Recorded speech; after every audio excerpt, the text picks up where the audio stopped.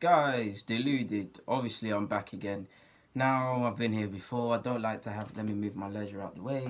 Um, yeah, I don't like to have an opinion on everything, but obviously, a lot of World Cup squads are being announced. We've had Nigeria. We've had just about every country, man. Brazil, about every country. I still ain't seen France. I think Uruguay have released theirs now, but I ain't seen France. Hopefully Martial's in that. But to my guys, my boy who watches this and he's a United fan, agendas are going to be run with a couple of you if Martial doesn't make that squad, but hopefully he does. I need to be easy because Lacazette might not. But let's speak about the England squad, man. I looked at it briefly before, but let me look at it in depth now. Now, it's tournament football at the end of the day. There's 32 teams or however many now. There's an extreme amount of football to be played. 3 group games alone, and then you got the further rounds, and then you got the final. So you need a different. Before we get into it, you need a different blend in the squad, and this is where I go to. International football's a bit different. That's why you see players that at club level they don't do nothing, or let's be honest, they're not really good players, but they might get brought to these things because different games require different things. There might be games you need people to run in behind against certain countries because pace can beat them. Then there might be countries you got to be more sustained against, more compact, and be a bit more technical and things like that. So there's different things. There might be games you just want to shut it out and play your normal fullbacks. You might want offensive fullbacks. You get the point in it. Different things. The only thing you don't really play around with is just, for me, in my opinion, is the centre halves and the keeper. Sorry. So let's crack on. Now we know Wilshere sadly ain't gonna get a call up. We know Joe Hart ain't gonna get a call up. We know Bertrand ain't gonna get a call up. So the keeper. Let's start with the keepers. Butland.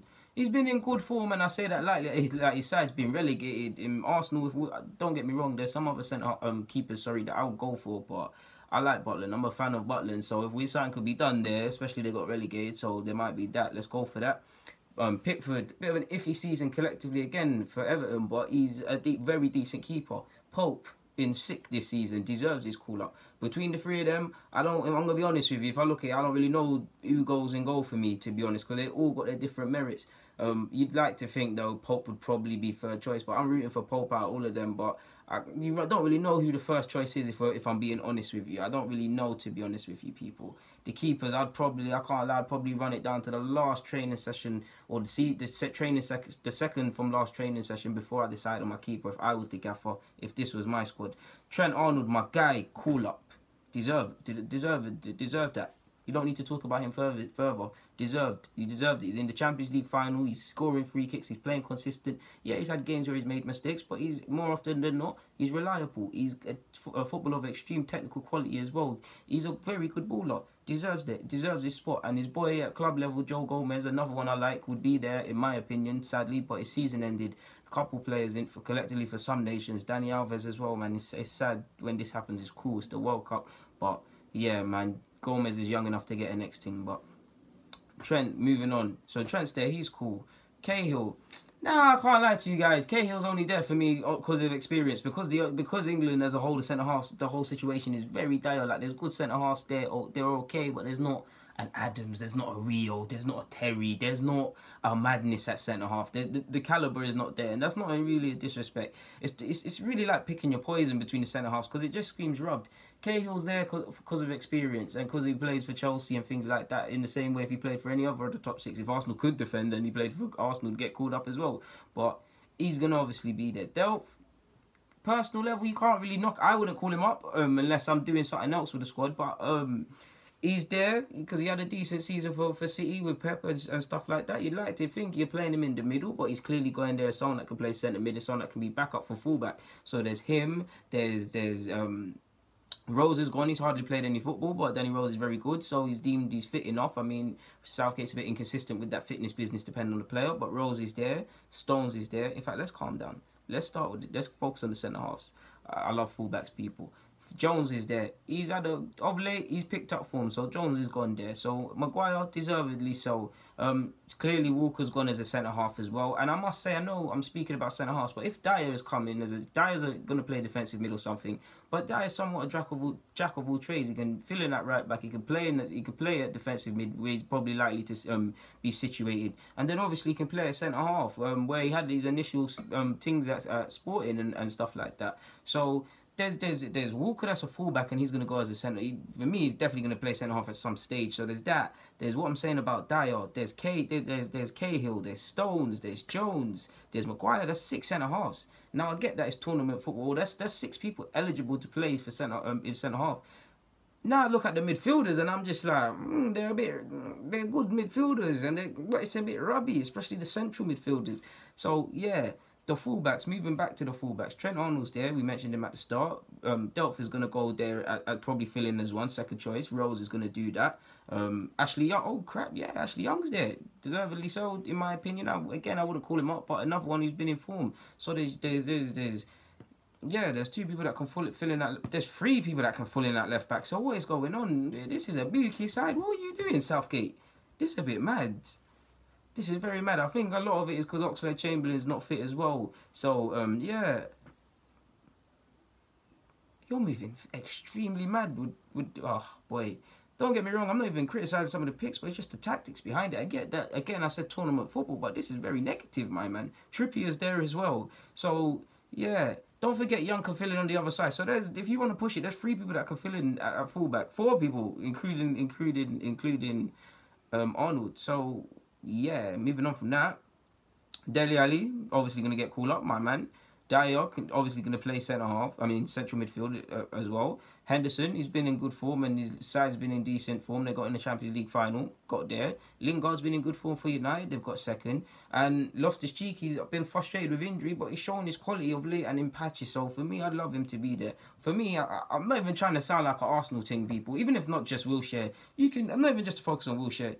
I'm not the biggest fan of Lallana. I like him, but I'm not the biggest fan. Like, I don't scream his name. But just on the basis of them centre-halves, like, there's so many defensive people called up. Like, look at the midfield. Like, you're betting on a lot. For me, personally, I don't know the best midfielder go there. You'd like to think, just to get a bit of balance, Henderson's obviously going to start. Dyer, like I said, probably be situated. Do you play Dele in the 10 and then you play Lingard on the flank? Or do you play Lingard on the flanks? I mean, Lingard in the 10, and then what happens there? So, for me, you're betting on a lot. Loftus-Cheek, I'd love to see him start as well somehow, man. But I'd have brought a Wilshere there, or Cook there, or something. Just someone, if I'm not focused on Wilshere, just someone there that's capable of a bit of flair. Lallana there, someone like, innit? But it is what it is, man. And then up front, finally, you got Kane, obviously. Rashford, not really had the best of seasons, but he deserves it. Sterling from Berlin, obviously my guy. Best forward of the Prem in that, along with Wes Morgan, best centre half in the Premier League. He deserves his place. You saw his goal in the last game of the season. Jamie Vardy was moving mad. 20 goals or so. Deserves his place. Wells, you know he's always going to get called up for Southgate. And yeah, man, so... I mean, strikers, there's not really much you could do because man like Sturridge and these sort of guys, it's nothing like there's a young striker pushing the barriers and that. Well, Rashford's there.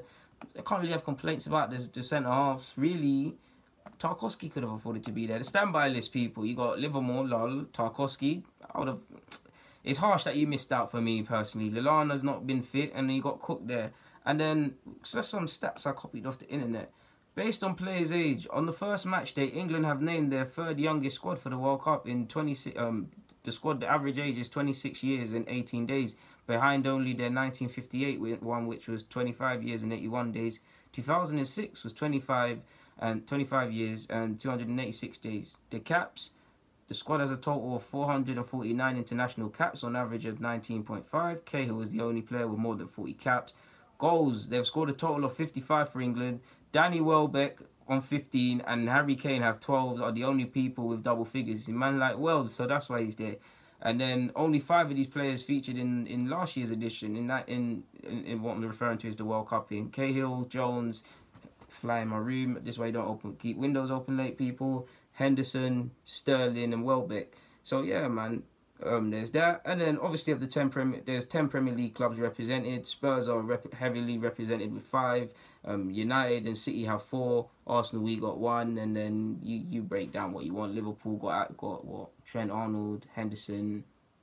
That's it, innit? Lallana on standby if you want to count that. So you can break all of that down if you want. But yeah, man, people, that's my opinions on this England squad. I mean, it's a bit rubby, if in my opinion. Like, I'm not really. It could have been a bit better, but I say that and I'm thinking to myself, who do I call up? Off the top of my head, it's hard for me to come and think of this. Like, for me, just looking at that, there's too much defensive things there. Like, you could have brought some, regardless of if you necessarily wanted Wilshere or anyone, you could have you could have done a bit better in that aspect, man. But guys, deluded you. Oh yeah, wait, before that, the likes of Sancho, the likes of Sessegnon, them wild cards there. I mean, when I see that defensive man called up, I mean, I'm not advocating it because of the hype and things like that, but you make a strong case, and if I'm honest, they could do a lot worse than some of the men that are probably there. So hopefully, man, we go the way. Hopefully, like Sterling and Vardy and Kane and all these other guys that are in form for the club to replicate that and things like that. Hopefully, I don't want to see no excuses. Like, I don't want to see no excuses now. Don't be naive and think we're gonna win it. Yeah, man, you just have to see how it goes, innit? Like, hopefully they got holidays booked and things like that, and some of you might even be able to make your clubs pre-season. So yeah, guys, deluded. Get in the comments, subscribe, and do the rest. Thank you very much for watching. Of course, I'm out.